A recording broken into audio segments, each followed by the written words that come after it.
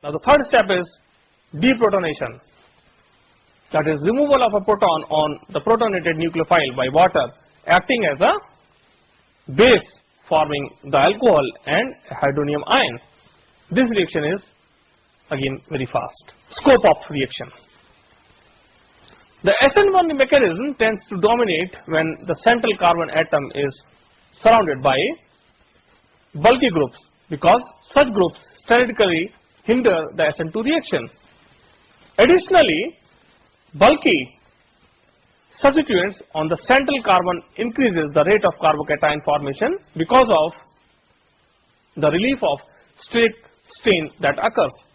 The resultant carbocation is also stabilized by both inductive stabilization and hyperconjugation from attached alkyl groups. The Hammond-Lefevre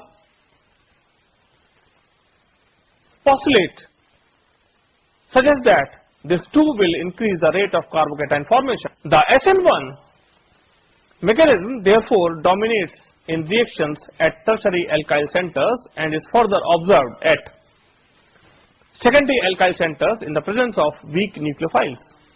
An example of a reaction proceeding in an SN1 fashion is the synthesis of 2,5-dichloro 2,5-dimethylhexane from the corresponding diol with concentrated hydrochloric acid. As the alpha and beta substitutions increases with respect to the leaving group, the reaction is diverted from SN2 to SN1.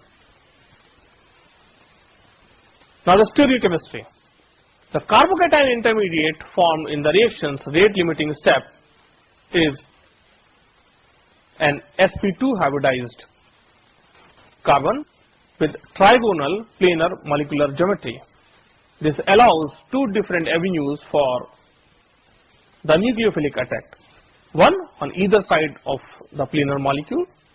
If neither avenues is preferentially favored, these two avenues occurs equally, yielding a racemic mixture of enantiomers if the reaction takes place at a stereo center. This is illustrated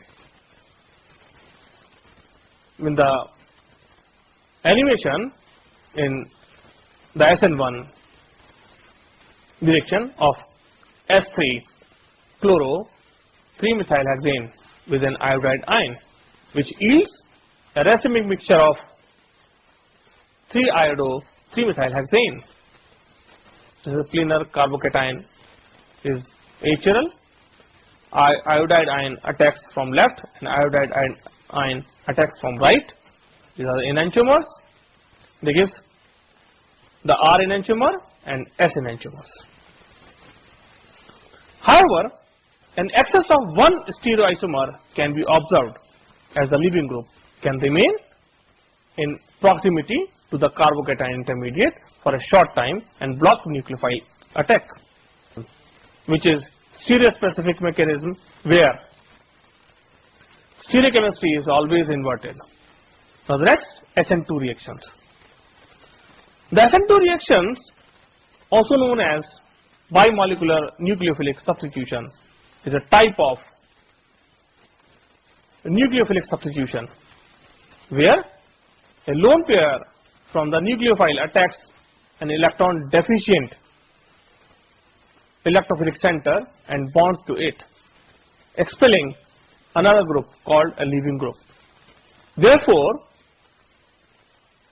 the incoming group replaces the leaving group in one step. Since two reacting species are involved in the slow rate determining step of the reaction, this lends to the name bimolecular nucleophilic substitution or SN2. Among inorganic chemists, the SN2 reaction is often known as the interchange mechanism. Now the reaction mechanism.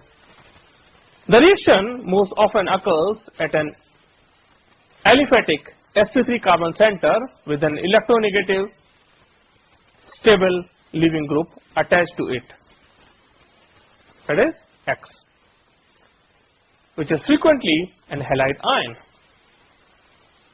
which is frequently an halide atom. The breaking of the CX bond and the formation of the new carbon nucleophile bond occurs simultaneously to form a transition state in which the carbon under nucleophilic attack is pentacoordinate and approximately sp2 hybridized. The nucleophile attack the carbon at 180 degree to the leaving group.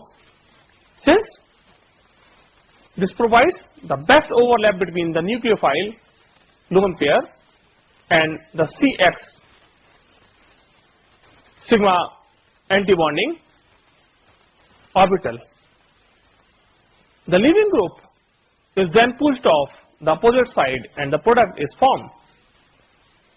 If the substrate under nucleophilic attack is chiral, this can lead, although not necessarily, to an inversion of stereochemistry called the Walden's inversion.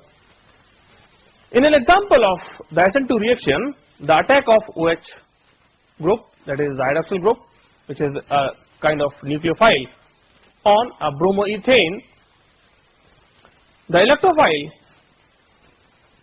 gives ethanol with bromide ejected as the leaving group.